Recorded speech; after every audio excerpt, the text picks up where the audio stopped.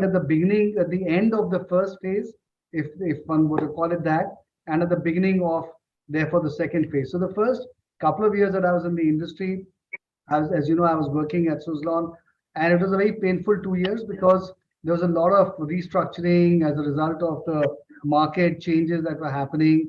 All of that had to happen.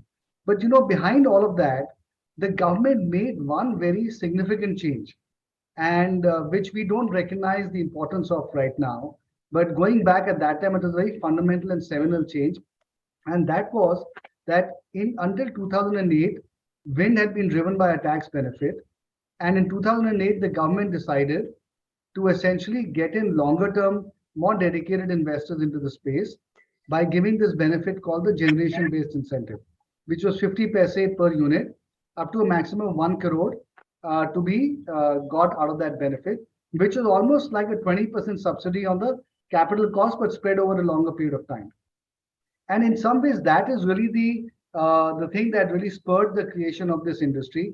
And wind went from being a tax-driven product with tax-driven investors to really becoming a financial product where long-term dedicated investors could begin to invest. And that's really happened. It happened around 2007, 2008, and that's how the sort of the new industry started off. And IPPs like ours came into being. The second big change that happened at the same time, or maybe a year or two after that, was that the government conceptualized the National Solar Mission and set a target of getting to, I think it was 10,000 megawatts by 2020 or some such number. I can't remember the exact details, but that is really what got the National Solar Mission started off. And so 2010, 2011 is when all these changes are happening and really sort of finding their way and filtering into the marketplace. And that's when not just us started, but many other companies got into the sector at that point. And a lot of us got capital from foreign sources or other sources or private equity sources, and we all got started. And therefore, in some ways, phase two started off of this industry around 2010, 2011. And we were lucky as Renew Power that we got started at that time and we got funded, and we got some really good backers to come in. And that allowed us to start helping create, along with our fellow colleagues from the industry, really creating the wind energy industry. And then, of course, 2-3 years into our journey, we got into solar as well. And then I would say there was another phase that started in 2014. Actually, on 2014 is when the new government came in, the current government, and they totally resized the targets for renewable energy massively, as we all know, and all the 175 gigawatts by 2022 and then 450 gigawatts by 2030 came in. But I would just point to two other big changes that happened at that time that really again transformed the industry fundamentally. One change was that we essentially, the government created this entity called the Solar Energy Corporation of India. And that basically, what that meant is that instead of taking DISCOM risk, we were now taking SECI risk. And that allowed us to really get much cheaper sources of financing, which allowed the tariffs to come down quite substantially. So that was a big change that happened. And this happened around 2017, 2018. And around that same time, renewable energy costs also came down dramatically. And around 2019 or so, everybody realized that renewable energy is actually cheaper on a pure generation to generation basis than coal-based power. And that, to me, in some ways led to the next wave of growth. So let me stop here because I know I've been speaking for a long time and hand it back to Shreya. But that's, I think, how the whole industry has evolved over the years and the sort of the key, to my mind, the key milestones that have happened along this journey. Thank you for that. That was indeed a great summary of what all happened. I will go into the nitty-gritties, but before that, I want to Prarthana to come in and help us understand the larger impact that these initiatives into clean energy had on, if I may say, the environmental or the climate economy of the country, and also this whole idea that in the past, before say 2014, or I would say before 2010, climate or clean energy was not a topic that was discussed. It was something of a sideline topic. Did renewable energy help us bring this issue to the fore, or are there other issues involved in that? Can you explain? So I think thanks, Shreya, for the question, and I think Suman gave a larger picture in terms of the macro picture as far as the how the the RE and clean energy debate has evolved, and actually how it's come out in the country. But I just want to approach it slightly differently in terms of bringing it this discussion to a micro level, in the sense that just look at some of the CDP kind of findings that we have in terms of how the private sector has changed in terms of their perception as far as RE usage, or the transition to clean energy has gone. And if you look at it, earlier the discussion was more on resource depletion rather than looking at renewable energy as an opportunity. And I think one of the most important transitions has been the narrative has changed from a negative to a positive kind of a discourse, where the private sector and the community is looking at renewable energy and clean energy as an opportunity. And if you look at the CDP disclosure data for last year, where we had about 88 companies, requested companies disclosing to us, these companies identified almost 285 billion rupees worth of opportunities in the RE sector, which is itself saying that, and this is just 88 companies. So, and many of these, 56 of these companies identified opportunities in the energy source. So basically, you can see the transition is today not because your the fossil fuel is not the right way to go, but it's because you think it's a good business opportunity to move to the renewable energy or the clean energy sector. That is, I think, what has changed if you look at the narrative. The second is that I think today it's not just about renewable energy in direct operations, it's going down to the value chain. So I think for a country like India, that's a very important perspective, because we're looking at different kinds of smaller enterprises, smaller companies, which are feeding into the value chain. So there is going to be a large discussion around that, and how and the whole issue of identifying opportunities that will actually translate from the larger companies, which have the technical skills, the knowledge, and the financial kind of backing to transition and going on into the value chain. The third is, I think we've seen a lot of, it's not just now specific sectors. The renewable energy interest or demand or identification of opportunities has moved, from just the particular sectors to all the sectors. And if you look at, again, I'm quoting CDP data because, that's the research data that we have. Some of the largest sectors that are looking at transitions are pharma industry, for instance, or the IT industry, and followed very closely by textiles, chemicals, logistics, you name it. We have all of them in this small sample of the 88 companies that we have. So I think what is very interesting, because if you look at it from the whole conservation kind of perspective, because you had conservation and then you have the development debate.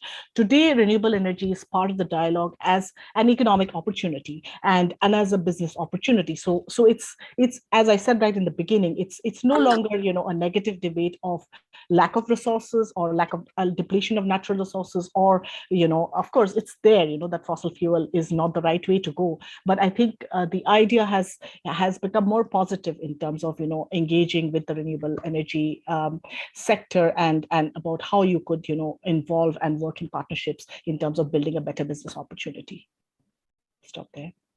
No, thanks for that, and thanks for touching on this very interesting topic of investment attractiveness of this sector. And I invite Libby to come into this discussion, and this is my observation, and please come in with your thoughts on that. That given this rapid growth that has happened in the sector, as one of the main anchors has been the kind of foreign capital that has flowed in this sector. Obviously, India being a country where there is a lot of scope of energy demand growing in, and also given the kind of a scope that the country holds when it comes to deploying different type of fuel resources, and green energy seems to be what the policy seems to be favoring.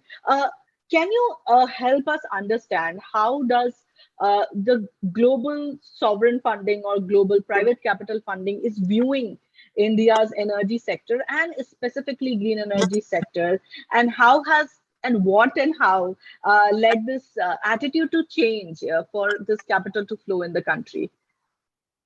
Yes, thank you. And thank you for the invite to be here. So yeah, I lead on climate energy in the British High Commission, and I led on COP26.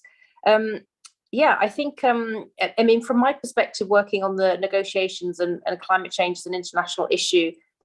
There's two sides to finance, one public finance, and that's got a really important part to play. So the developed world following through on our commitment for $100 billion per annum of finance to flow, and the plan, the hope is that will be on stream by 2023. We will update ahead of the next COP. But that quantum of finance is really just a drop in the ocean. So as you say, the private sector finance is absolutely paramount. And I think to echo what Miss Borah was saying, I think it's really seen as an opportunity, that the renewable sector. So the private finance companies are really following where the opportunity is, and that is clearly renewables, which has just soared in both India and the UK. So yeah, I think they're following the money. So it has to be a combination of both types of finance. A little follow-up on that, specifically with regards to sovereign climate funding. Over the years that the developed world has promised developing countries a portion of grants or loans in terms of climate funding or green energy funding. Can you give us an explainer on how the growth has been there in that segment? Because there has been a lot of criticism from the developing nations that most of these funds does not come in. Even India, in its NDC that was submitted last week, has mentioned that the growth of green energy in this country would be largely dependent on funding, both domestic and global funding. And in that, it has also tried to give a statement to the developed world to come forward and invest where the growth is happening. I mean, it's a huge part of the entire agenda, and I think it's the flip side of countries seeking more ambitious mitigation targets. So as COP26 presidents, one of our main aims was to encourage all countries to come forward with more ambitious mitigation targets. So that's about reducing emissions to keep 1.5 degrees within sight. But the flip side of that is that looking at historical responsibility, then the developed world also needs to follow through with finance, tech transfer, and putting enough emphasis on adaptation. And that's been something we saw both at COP26, and we're going to see more at COP27, the focus on finance, not just to make mitigation efforts, but to adapt the impacts of climate change. And that really came to the fore, I think, in COP26, not just adapting to climate change, but also for the loss and damage that's already happened. So I think it's inbuilt in the UNFCCC system, that we all have responsibilities based on common but differentiated responsibilities in our histories. And so it's absolutely crucial, and it's crucial for trust amongst all the parties in the UN system that finance does flow. And we've been really clear on that as COP26 presidents.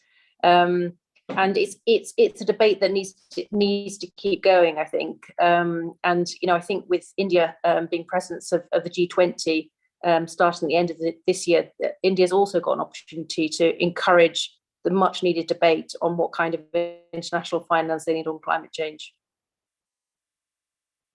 Right, thank you. And a very interesting point about what India's stand would be on this global platform. I'll come to that later. Given that we are talking about international funding here, and Sumant, you have had first-hand experience in that.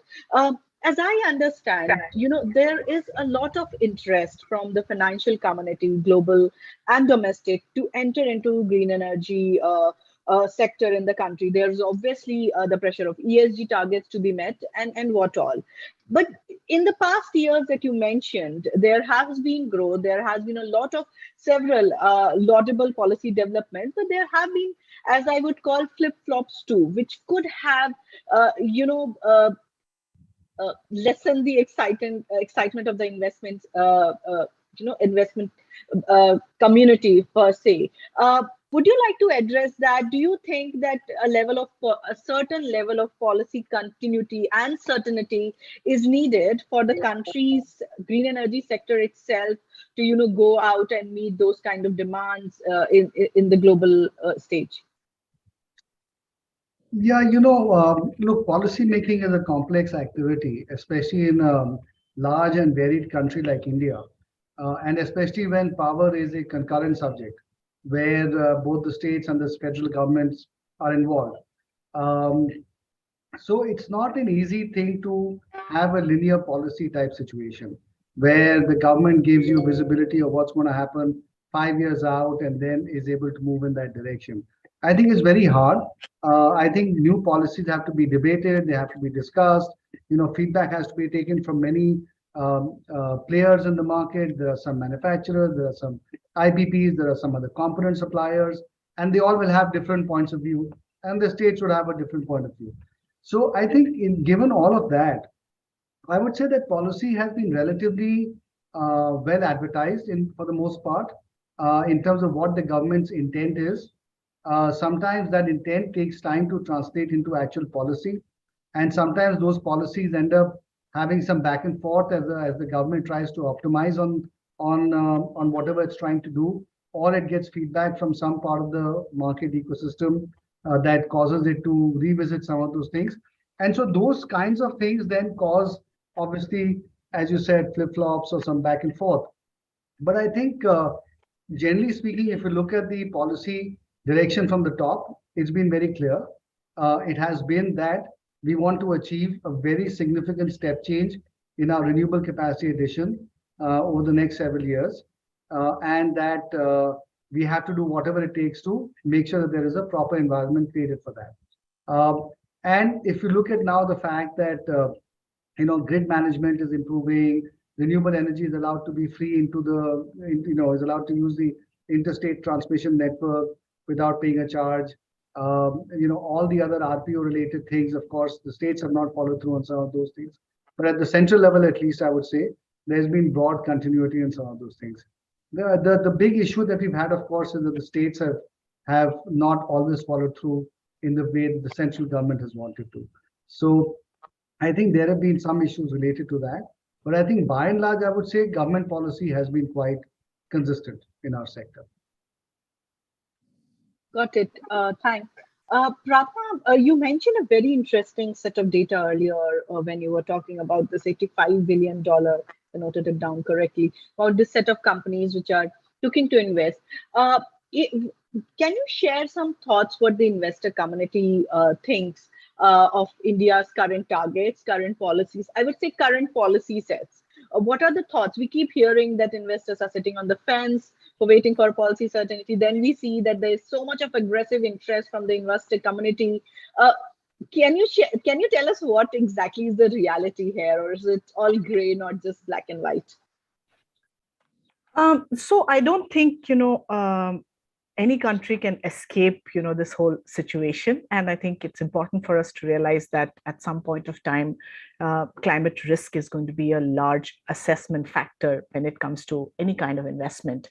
And I think India's also, with the recent, if you look at it, RBI has put up a discussion paper on climate risk assessment for banks. So from that, if you look at it, I think India's also started thinking in terms of how the local investor market should start focusing on the investment community and how you look at the right kind of investment as far as the corporate engagement or general engagement is concerned. But I think as far as India is concerned, it's actually the larger and the global companies or the global organizations that are leading the process. We still have some way to go as far as it percolates down. And I think here we need to realize that it's a big country, and it's not just India, but I'm actually speaking in the context of the global South now, because I think the global South has become very vocal in terms of, what the transition pathways are. And I think and instead of looking at it as, a global North versus a global South debate, I think we need to look at it more in terms of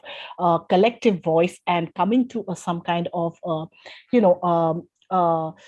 assessment process where you could look at an alternative pathway, which actually helps us achieve what we want to achieve, which is ultimately, climate action. So in terms of answering your question, I think because CDP, we actually generate the data for almost 600 investors globally, and our data is used by investors in terms of looking at climate risks, water security, and forest conservation as investor data. So I think from that perspective, if we look at our experience in terms of how our data is being used, I think I'd like to tell you that it's a very important part of investment today, when you especially in terms of looking at climate risk, and it's not like it's not something that is just spoken, but of course the global investor market is looking at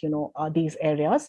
What might be an area that we need to really work on is the India investor market, and that's probably where we need to need some focus, and especially because it's again a nascent market in terms of capacity. There are a lot of areas that needs to be developed, and also in terms of bringing the global learnings to the Indian financial market is something that maybe needs working on. Great.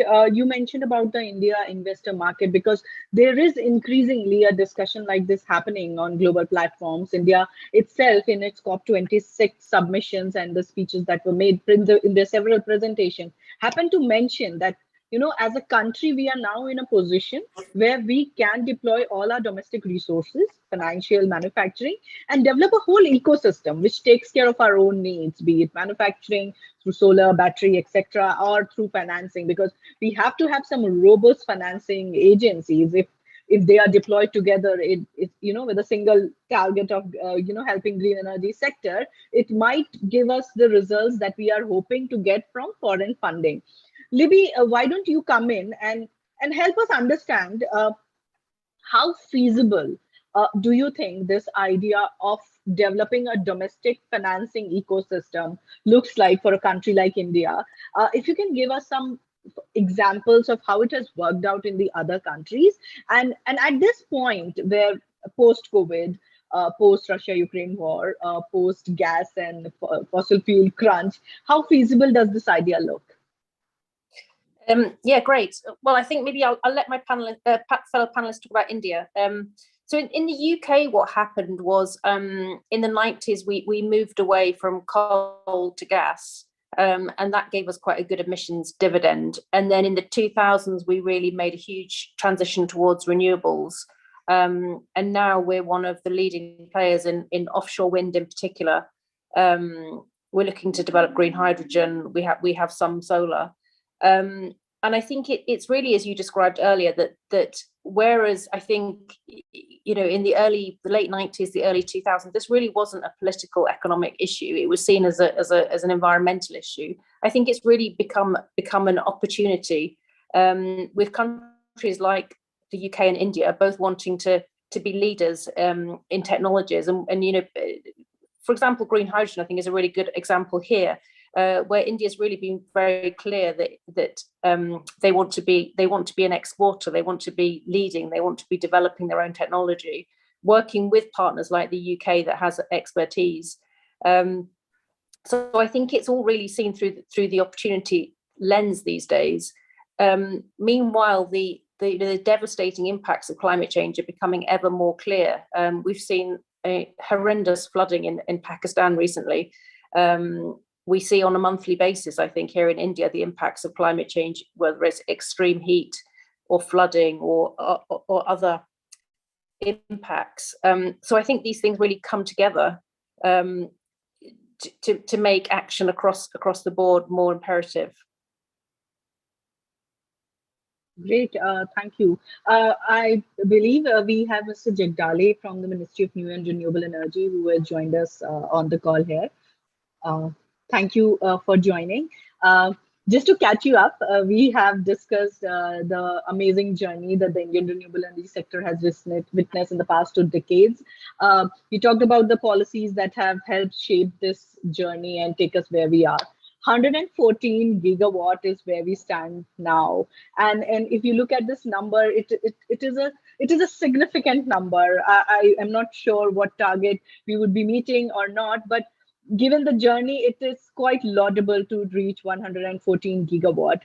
Now that you're here, why don't you talk how this particular number was reached? What do you think were the significant milestone? And from here to 500 gigawatt, what does that look like?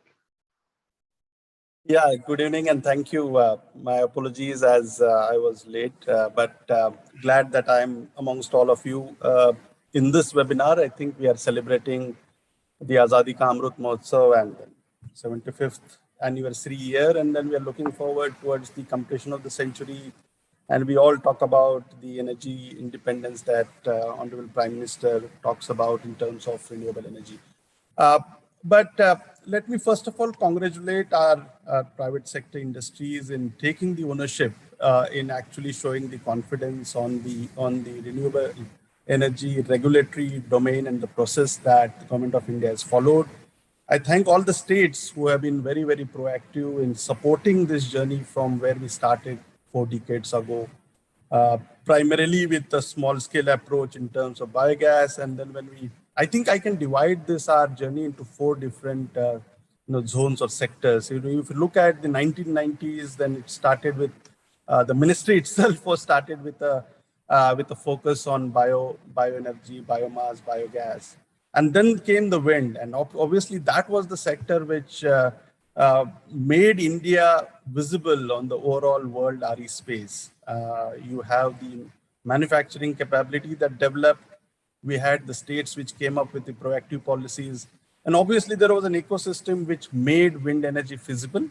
And obviously the sector, whether it's the industrial captive sector or the IPP sector, came into existence and made investments such that the wind grew in those 7-8 states. We all know that.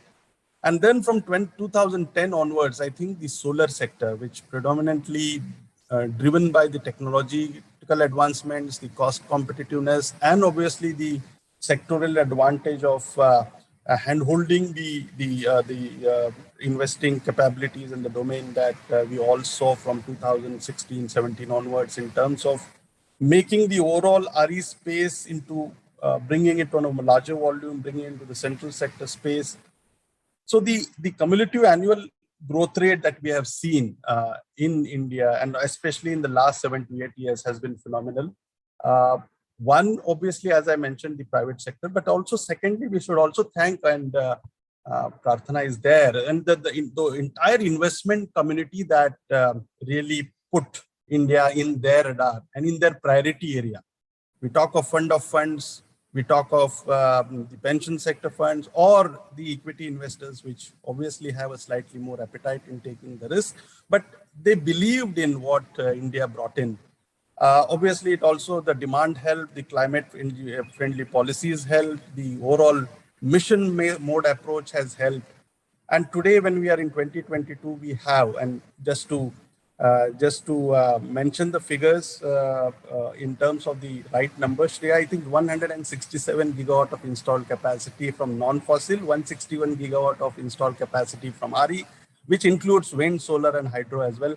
So we need to talk on that line. So obviously 114 just is wind and solar and bio number, but obviously the overall number talks to 161 gigawatts, which is obviously more than 40% of our installed capacity. So that's phenomenal. We have achieved our NDC goals, which we had declared in 2015. We have an updated NDC already released, which talks about 50% of the capacity that we need to have by 2030 from non-fossil sources. Now, if you look at the same pace of journey which we have seen in the last couple of years, and I can take a window of 7 to 8 years, I can see the emergence of dominance players, large risk-taking ability funds, And obviously the Indian infrastructure and the Indian entrepreneurs who have now realized that there is something from a business perspective to be a part of this energy transition. And this decade of action, as we all speak, as the entire world speaks about, India is going to lead.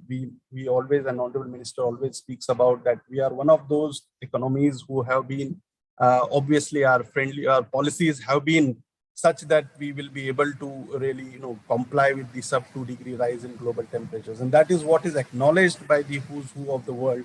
We have been acknowledged by Bloomberg and everybody in that space. Now is the era, I think we have the competitive nature of wind and solar both, and I contribute to the both the efforts of solar and wind. Obviously, solar has overtaken wind. That doesn't mean wind has an important place in the overall energy space or renewable energy space. Discoms do appreciate that. The overall system from a load dispatch center perspective appreciate that. So wind and solar together in a hybrid form or in the solo form is going to play the role that they have been doing. So that journey continues. But I think you have seen that we are also now looking at, and obviously the demand from the discoms or the utilities is towards certain removing the vulnerability or the variability in the output that the renewable energy produces, and therefore RTC, and therefore the bidding, the amendments, and the overall approach. So one, obviously, we are looking from an RTC perspective that is going to come in near future. So wind, solar, along with other storage elements will be a major part of the focus that will come in near future years. The second part, which also I think you must have spoken, and my apologies for not being since beginning, but the mission, the Ministry of New and Renewable Energy has always been striving on new technologies, and three areas have been really targeted to be at the forefront. One, obviously you have seen there is a lot of work that has done, and we're very near to release of the green hydrogen mission. That obviously India will outstand most of the other countries, because here is that would also enable a cost competitive field in India, because RE has bought that. There is a domestic requirement. So I think overall the announcements that most of the industry players have made, they have made large investments into the green hydrogen space. So green hydrogen's area not only will produce a feedstock or a fuel that will decarbonize our sector, but also add RE. And that is very critical to the overall RE journey or the RE transition that we talk about. Second is obviously battery storage. One has seen the first tender being out. Obviously, the prices have been in the domain. That is going to take some bit of hand-holding for the initial phases. I do realize that. And obviously, discoms and other entities also realize that the battery storage is required to be taken as one of the elements that we need to support. So storage will play another role. And obviously, when we are mentioning the wind aspect, I think Libby spoke about offshore wind. We are really looking very, very massive and growth in wind, offshore wind sector as well. So these three sectors, along with the technological advancements that solar has brought in, together with the onshore wind, will play a very dominant role. Now, while I say this, I don't want to miss that we are also looking at, and you are aware, on the distributed RE part. Our focus is on the citizen-centric energy transition that really matters to the end user at the very place that he needs it, whether it's the farmers or whether it's the rooftop consumers. So that also is going to play another role as we move forward. That is going to contribute substantial in our 500 gigawatt capacity that Honorable Minister has set a target. Honorable Prime Minister has set us a target. And the third aspect is about the resilient supply chains that we speak about. First, in wind, you have seen that the sector is obviously has grown very well. There are, I think most of the manufacturing industry from the world has an in-house capability of manufacturing wind turbines. And I'm sure that will also take into account the offshore wind requirements.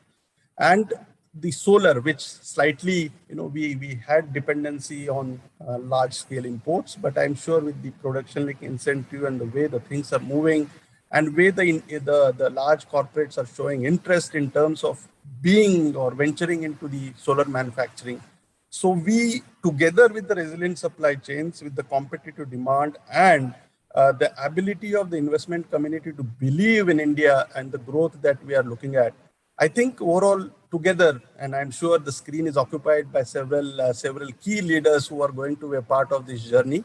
And I would really appeal to all of them that yes, together we can, and 500 gigawatt is possible by 2030. That's what I can conclude. Thank you, Shreya. Thank you. Very nice summary and also a forward-looking statement. RE obviously is a larger part of our climate commitments and goals. And Libby, I want you to come and address this. Though RE will play a large role in meeting our climate commitments, it is the key to our NDC.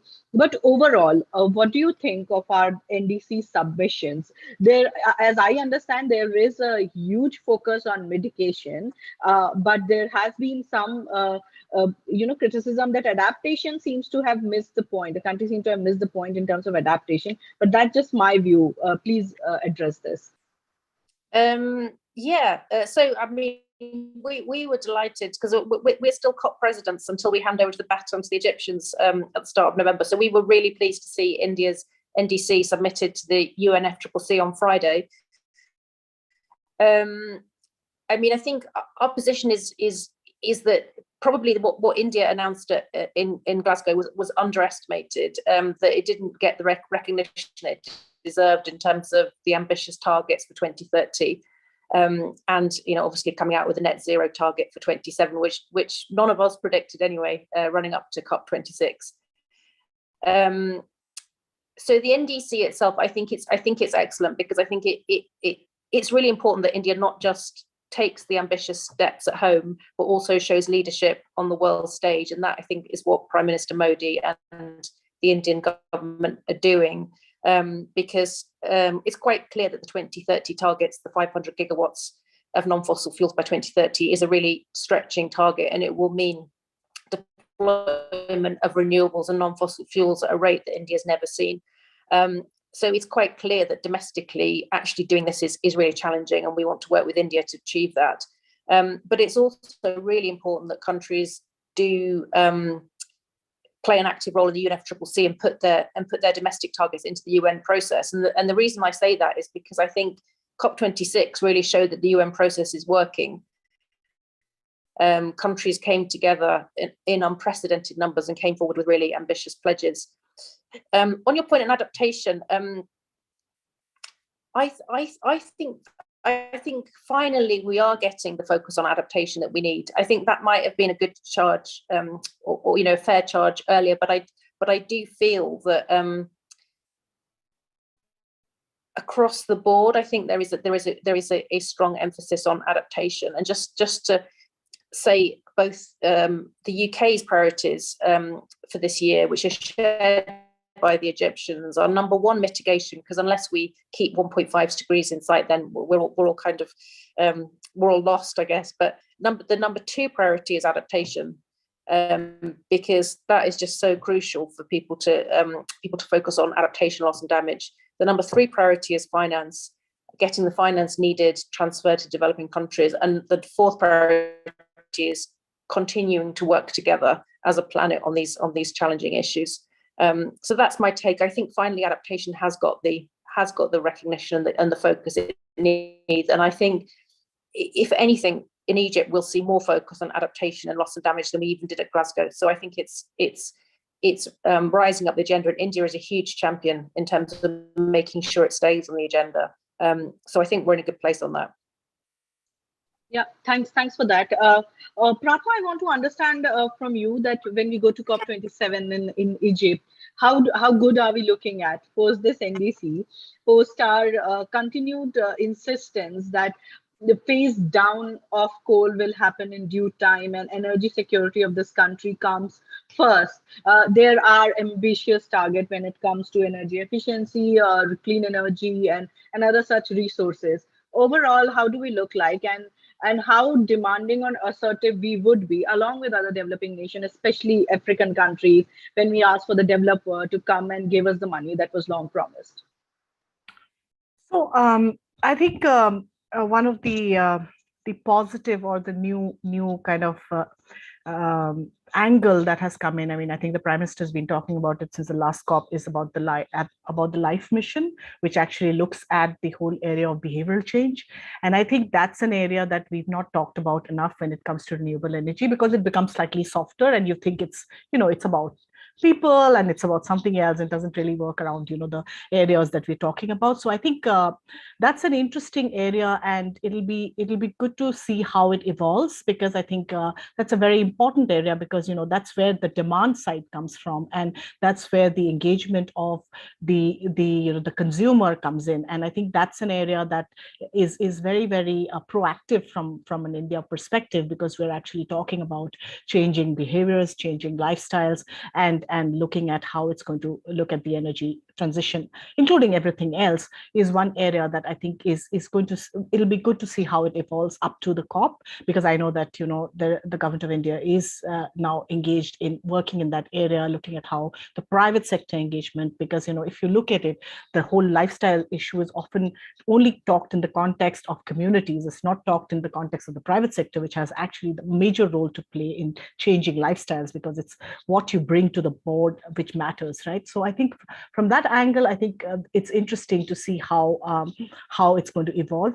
But I think my worry is more in terms of at a micro level achieving targets, because I think that's where the challenge is, because it's not about having overall energy targets or emission reduction targets. It's actually at the micro level how you deal it from industry to industry, from company to company. And there is where I think we, other than other things, like we talk about finance a lot, we talk about infrastructure, but we don't talk about capacity. And I think internal capacity will have to be built in terms of even at the micro level, as far as institutions and companies are concerned. And when I say internal capacity, it's going to be, rather than depending on the external, I think it's good to have internal capacity built in terms of how the emission reduction or the energy transition journey is worked upon, so that it's every company is able to set the target. Look at science-based target setting, for instance. India is now the fifth in the world in terms of science-based targets for companies. So I think there is an intent there, and all this target setting is also about emissions reductions, energy transition. So I think some of these areas, it will be interesting to see how it evolves. The private sector, I know, is very engaged in terms of target setting, in terms of achieving goals, but I think the next couple of weeks is going to be very crucial in terms of what we take to the COP. Thank you. Sumant, I would like you to answer this question as an investor. We discussed here having a domestic manufacturing and financing ecosystem. We talked about the kind of responsibility that lies on the shoulder of renewable energy sector for India to meet more than 50 to 60% of its NDC commitments. And at the same time, the country is, in itself is leading investment in several other countries. You yourself have announced the MOU with Egypt for green hydrogen production. As an investor, how are you looking at this sector going forward, both domestically and also as an investor who's interested in other markets? How would you take India forward in this renewable energy sector? That's a very complex question, because it's such a vast sector and it's growing so rapidly. First of all, I would say that there is massive, massive opportunity in our sector. This is a once in a lifetime kind of opportunity, as our sector gets created almost from scratch. And we are still at the very early stages of this whole sector getting created. And if you look at energy in general, it's one of the biggest areas of investment. And now we are going to see a lot of that energy investment focused really into the clean energy transition, whether it is setting up wind and solar capacity, whether it is setting up green hydrogen plants, whether it is setting up the transmission network, whether it is the batteries, whether it is the back end manufacturing of equipment. You put all of that together, this is a massive, massive multi-trillion-dollar every year type opportunity on a global basis of the kind that we haven't seen before. I think the important aspect for most of us is to figure out what are the places where we can play in all of this, and what are the areas in which we can add value, and how do we deliver returns that are over our cost of capital. That is an important area, because obviously if we don't do that, then capital will not come into the sector. That's not just an issue for us, it's also an issue for policymakers as well, because ultimately we all have to make this transition happen in a joint manner. So I think for countries like India, of course, the opportunity is to keep doing more and more renewable energy for the power system. We also have to do more renewable energy for green hydrogen. And I think India has to really capitalize on this opportunity of having a large domestic home market to create the manufacturing ecosystem to support all of this. And I must say the government is doing the right job in making sure that between a combination of import protect, tariffs as well as PLI, it is giving that incentive, and it is giving an unambiguous signal that we want manufacturing to be in India. What that does is it allows a scaled, off-scale manufacturing to come up, which then allows India also, therefore, potentially capture opportunities in other parts of the world as well. So I think these are all the gamut of opportunities that are there right now. Very exciting part of our, very exciting growth opportunities for all of us to really consider. And as I said, the issue is what out of this should we not do rather than what out of this should do, because there's just so much to do. Thank you. Great answer. And an extension of this question I direct to you, Mr. Jagdale, and probably you can sew all of this whole discussion together into this conclusive answer of yours. In recent years, we have seen India take a leadership position both in green energy and climate change, be it through International Solar Alliance, in which there are 121 signatory countries, and or One World, One Solar, One Grid project that is still being drafted. And in the COP as well, we saw a lot of African nations clamoring with us in demands for the Climate Development Fund. Uh, I want to understand from you, as we go to COP27 this year, what is the kind of thought leadership or project leadership that India would like to showcase, and what kind of partnership are you looking at with other developing countries in South Asia or in African nations, which would kind of push the global north in investing much more into our mitigation and adaptation targets? Because as a South Asian country, we are at the receiving ends of all the climate crisis happening around the world. It would be fair to mention the floods that Pakistan is facing right now. So wanted to get an understanding from you on what will India project in the upcoming COP. Yeah, thanks, Shreya. I think two things are happening in the coming years, or in the coming few months. I think one is the G20 presidency. We are entering into that phase. Second is obviously COP27, where we will be participating and showcasing. So overall, if we limit our discussions to energy transition as the subject of matter today, three things I can really say. That one obviously is the focus of the development in terms of energy transition, keeping citizens in place, keeping the citizens in its core and the core mantra.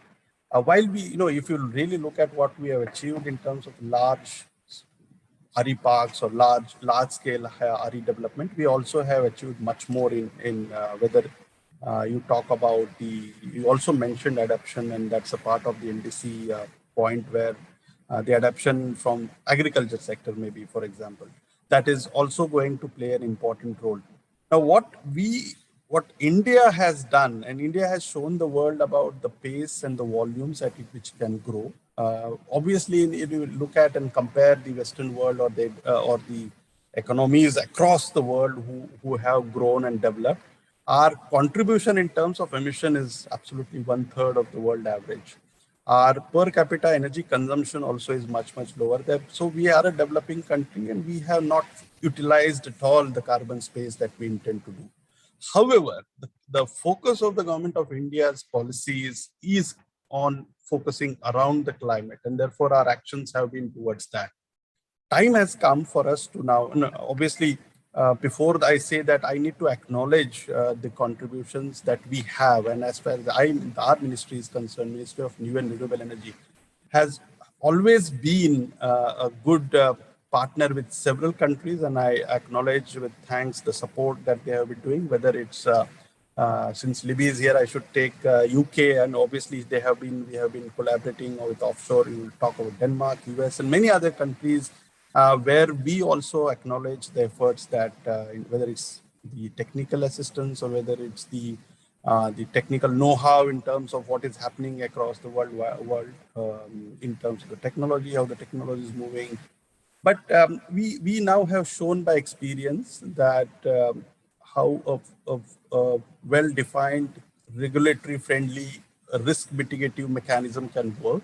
And that is what ISA is trying to do. ISA, if you look at the programs and the plans they have, I do sense that they are going towards for example, in Africa and some of the other countries or small islands, where they're trying to now show India's practices followed across the other developing nations, and those who actually need this kind of energy transition at a much faster pace than some others do. So ISA is one such mechanism through which we can develop and contribute to the world about showcasing how one should progress, and also handhold them in terms of what we have achieved, and also enable them the same kind of growth. One Sun, One World, One Grid, an initiative by the Honorable Prime Minister is also moving. There has been a lot of developments in terms of the Southeast Asian grid. How can it be helpful? We are also looking at the contributions from the Middle East sector as well, so that the connectivity between the continents and the countries across the globe can be good. But obviously, it's a long-term framework that needs support from all the countries. But that it's not impossible. It's that there is a framework that is being discussed and talked about, and hopefully, if the countries come together, and obviously we have Global Grid Initiative of UK and One Sun, One World, One Grid of India, together also discussing several aspects about, and obviously that also gives the regionality and regional grids coming together. So while that is being showcased, we also will be looking at how, the distributed renewable energy progress. Plus, one important point is the resilient supply chains that we need to also talk about in this circumstances where energy transition cannot be at the cost of any of the pandemic or casualties or the geopolitical reasons. And therefore, we're looking at resilient distributed supply chains. That is one of the topics that we feel would be important for us to take forward. And that is the way the RE progress can happen. So there are a lot of things to be done. There are a lot of things discussed internally. The Ministry of New and Renewable, obviously, when we'll speaks about renewable energy as a growth, as a focus area. Green hydrogen mission is hopefully by the time we'll be able to showcase and demonstrate the targets and the mission mode approach that we are having, and take forward and together with the world, the India can become a destination for investments as well. So these are some of the points which I think will be discussed and talked about in the coming months, and hope that gets attraction from the investors across the globe. Thank you. Thank you so much for this, and then I'm sure all of us here on this window and the whole world would be keeping a close track on what we do. I would like to thank everyone here for this very invigorating and interesting discussion. Thank you so much. And with this, we come to an end to this webinar. And I hope the audience learned and enjoyed as much as I did. So thanks again. Great. Thank you. Thank you all for joining. Bye-bye. Thank you. Bye. Thank you so much. It was Thank very you. Yeah, thank you. Thank you.